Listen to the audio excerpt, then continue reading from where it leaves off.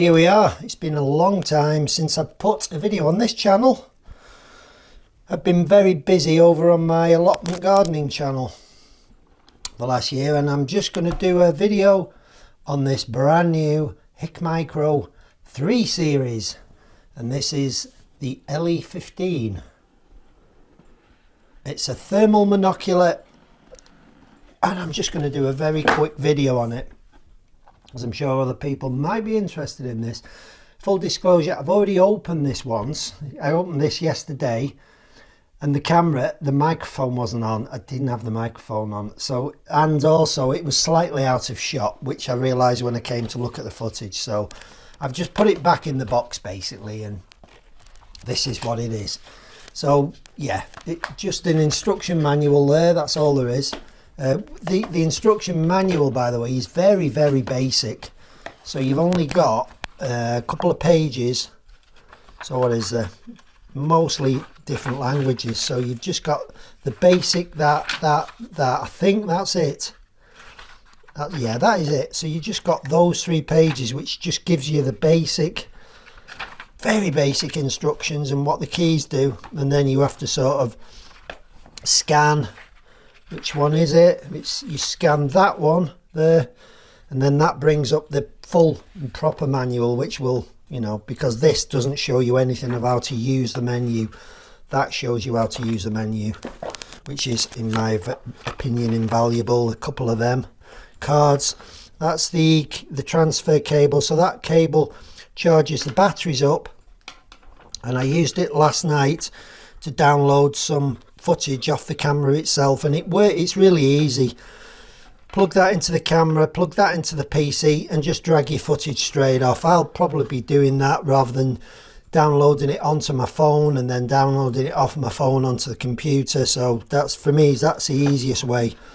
There's a little box here that comes with the batteries. I've got one battery in, and the other batteries on the mantelpiece. So there's your batteries, there's the instructions for your little charger, which is here.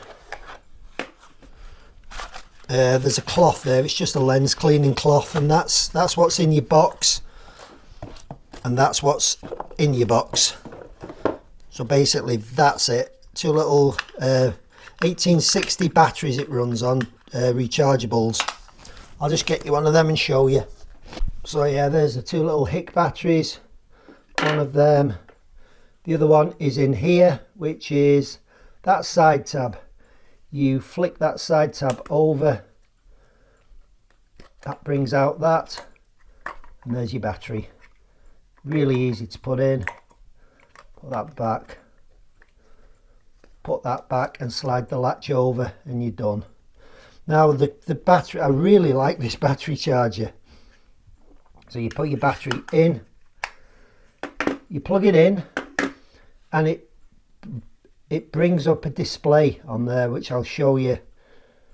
I filmed this yesterday, but again there was no sound, so I'll just talk over it. So you put your batteries in, and it brings up a display, and it's so handy, that display, because if you've had batteries sitting around for a while, or you can't remember what charge is in your batteries, all you need to do is put them in here, and it actually shows you on the display how much charge you've got in your battery. I think that's really good. But anyway, so that's that. Right, let's have a quick look at the unit itself. Now, I went out last night. I'll put a little bit of footage up here. I went out last night to the allotment looking for rats, and it was a bit of a disaster, which I'll explain in a minute. So basically, this is the first thermal I've owned. I've looked through thermals in the past, but this is the first one I've actually owned. There's a little rubber cup there which flips on and off to protect the front lens. That's nice and easy to do. The only thing that they don't supply with this is maybe a little lanyard loop to go through that little catch there, because I want to use this in conjunction with a night scope. So I won't be constantly putting this in and out of my pocket. I'd like this hanging round my neck so that I can just look through it and then just leave it hanging sort of there, and then you know, when I've taken my shot, have another scan with it across the area, just drop it down again. The cool thing about this is when you put it in that position, so if it's hanging around your neck in that position, it turns the lens off, so it's not using battery, and then as soon as you pick it up, it switches it back on again. I thought that was a really cool feature, really handy. Right, if I'm going to put this in my pocket, I'm going to have to protect that front lens in case there's anything in my pocket, so I'm constantly going to have to be putting that rubber on, pulling it off, put it on, pull it off, and I just want to, you know, you get me, don't you? Yeah. Right, so power on is simply the front button, so you press and hold that button and the power comes on. You change the colour palettes. I think there's 6 colour palettes. You change them with that, and then these do all these buttons do various functions, which at the moment are just baffling the hell out of me, because each button performs several different functions, so you've really got to memorize what these buttons do, as you will see in the footage I'm about to show you now, because last night was the first night I took it out. First time I'd used it, I'd literally only had it a couple of hours and charged the batteries up, and went out on the allotment and to see what I could see. The focus ring, that's just to focus your eye in at the front there. You've got this little eye cup here, which if you're wearing glasses is handy because you can just flick that back. That also rotates around, so if you wanted to, you know, if you're not wearing glasses and you want to shield your eye, you can use it on that side or that side. So that's a neat little trick, neat little idea. Other than that, guys, that is it. There is a screw there to mount onto a tripod, which I possibly, when I show some more footage of this, I will mount it on a tripod, because last night was very wibbly wobbly because it was freezing cold. It was freezing and the wind was absolutely howling. My fingers were sort of getting numb after about 5 minutes and I just couldn't feel the buttons. So because it's pitch black and I'm just rooting around here trying to count which button was it, the 3rd or the 4th. I didn't know how to use the menu. So it was just a bit of a disaster, and for another reason as well. That's the USB there. So you just pull this little unit back there, put your USB lead in and drag your footage off. It's got internal memory, a flash drive inside that it stores everything on. It's the le15 version 3.0. They're just out. I picked this, it arrived yesterday on Saturday. I'd ordered it on Friday and it arrived on Saturday lunchtime. So I've been wanting a thermal spotter for so long now, and I've watched about every video and review there is, and this is very much the budget range of thermal binoculars, very much the budget, on the budget side. It's really all I need for spotting rats out to 50 yards. That's as far as I'm shooting, 50 yards. Most of the allotments are sort of 35 yards long, which is an easy shot for my air rifle, and it's an easy spot for this little monocular to find a rat on the site. It's going to be really handy for that. I've got to do battle with these rats on the allotment because they are destroying everything. There is an utter plague this year. Always been very much an outdoor sort of person, so even in my teens, I got my first air rifle when I was 14, 15 years old, saved all my pennies up, went to the post office, got a postal order, sent it off to from a magazine. I'd seen an advert in a magazine for an air rifle. I think it was about 10 shilling maybe. I honestly can't remember now, so long ago. So yeah, got my postal order, shoved it in the envelope, sent it off, and the postman a week or 2 later brought me my first air rifle, which was a Realm Tornado, which I thought at the time was just amazing, but it was pretty much a pile of junk, really. After only about 6 months, it started breaking. Things were falling apart on it, and it was really heavy. It was a heavy rifle, but yeah, and ever since then I've had air rifles, and I've been brought up and worked on farms in my summer holidays at school, and my friends had farms, and so I've always been around farms. I had ferrets when I was younger. We used to go ratting, mostly ratting around the farms, you know, putting the ferrets down the rat holes. And we had terriers, I had terriers, all my friends had terriers, so we'd go pest controlling on the farms. I was also rat shooting at night with a torch, but I just wish I'd had this. And the kit I've got now, which is my night vision scope, and I'll show you more about this now. So it's the monocular I need. It's the monocular I need, the thermal, the night vision, so I can find the rats on the site. They're hiding and walking up along the boundaries and fences and things like that. So anyway, I'm just going to show you some footage now of what I did last night, and I'm going to have to do a talk over, guys, because there's no windshield. That's the microphone is here, can you see? And there's no windshield on it. The wind last night was battering across the site. I saw there's tons and tons of wind noise on this. It's really bad, the audio. It does pick up audio really well. If anything, it's too loud, I'm going to have to turn down the volume in the editor. But you'll hear the wind noise, and I'll maybe put a little bit of the sound in. I did spot things, but then something happened on the allotment which just never ever ever in the history of ever happens, and it just completely destroyed my spotting, so I had to come home. Right, I'll get into that.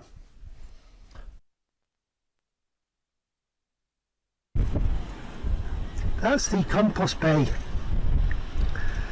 and the compost is wood chip actually, and the wood chip is heating up, decomposing, and that's the heat it's giving off. And that there is a little pile of horse manure. These are some of the colour palettes. That's the zoom, so that's full zoom. And when you go really zoomed in, it starts getting really pixelated. And that in distance must be 50 yards away, that easily. So these are the colour palettes.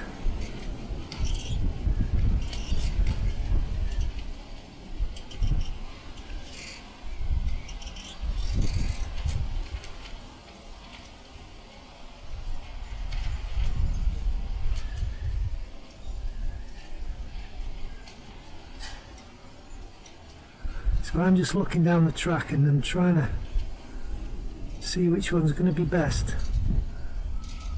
Picking up these rats, I don't quite know yet. But the white hot looks pretty good up to now.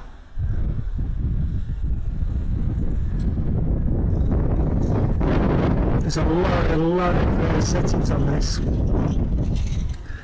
Going into the menu system, and I've absolutely no doubt I can get a better image than this. I literally haven't looked because I've just turned this on, figured out how to use the controls. I think I'm going to go with the white hot for now.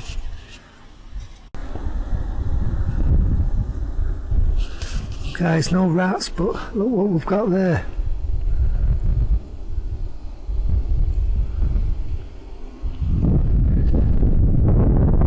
I just have to turn the sound off here because the wind noise is terrible. But yeah, I long pressed the menu button and the menu popped up, and I just couldn't figure out in the moment how to get rid of this menu off the screen.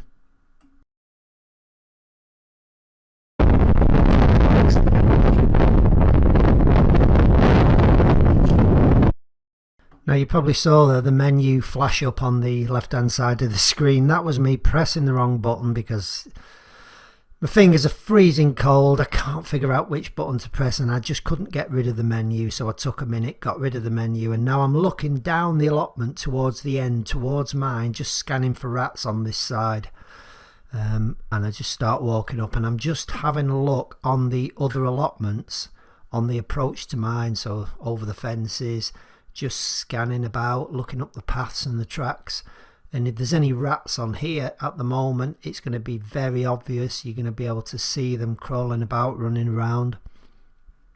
A bit further down the track onto the next allotment, just looking down, there's a path down the centre, greenhouses. Nothing there. So far so good. Onto the next allotment. I was just messing about with the colour palettes, just changing them.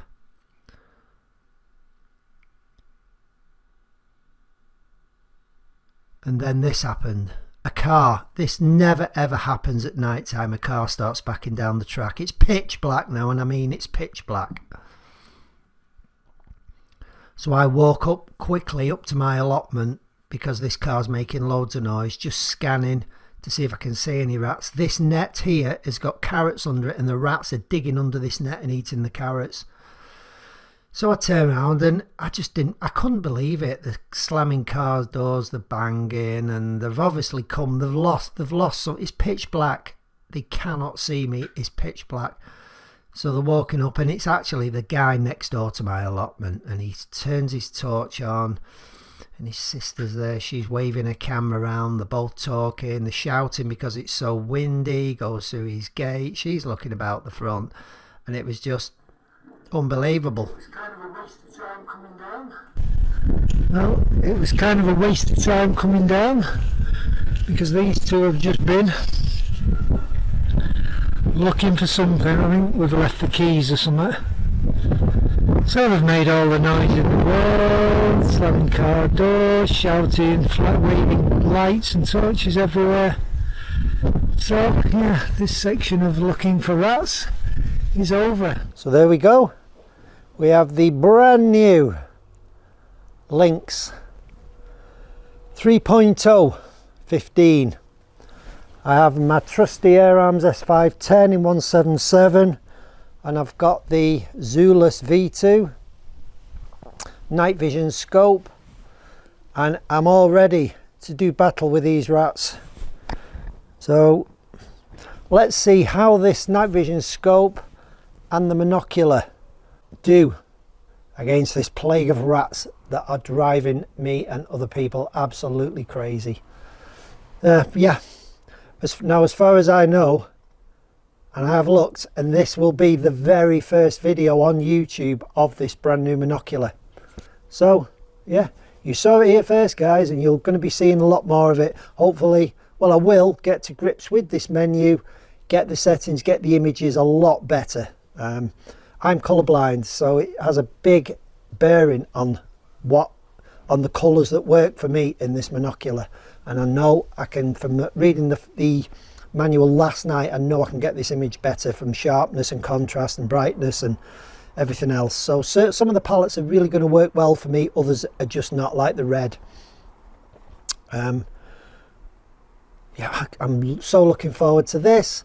I love my rifle. I've had this rifle about 6 months. I first saw the monoculars when I went to buy my new rifle about 6 months ago. I saw the night vision scopes, which I went and bought one of these about 3 months ago. I've not actually shot anything with the rifle and with the scope yet. I've put I must have put 2 tins of pellets through this rifle now in the garden, up to 50 yards, and made the accuracy blow me away. Right, see you in the next one. I shall be back, hopefully with some dead rats. Bye for now.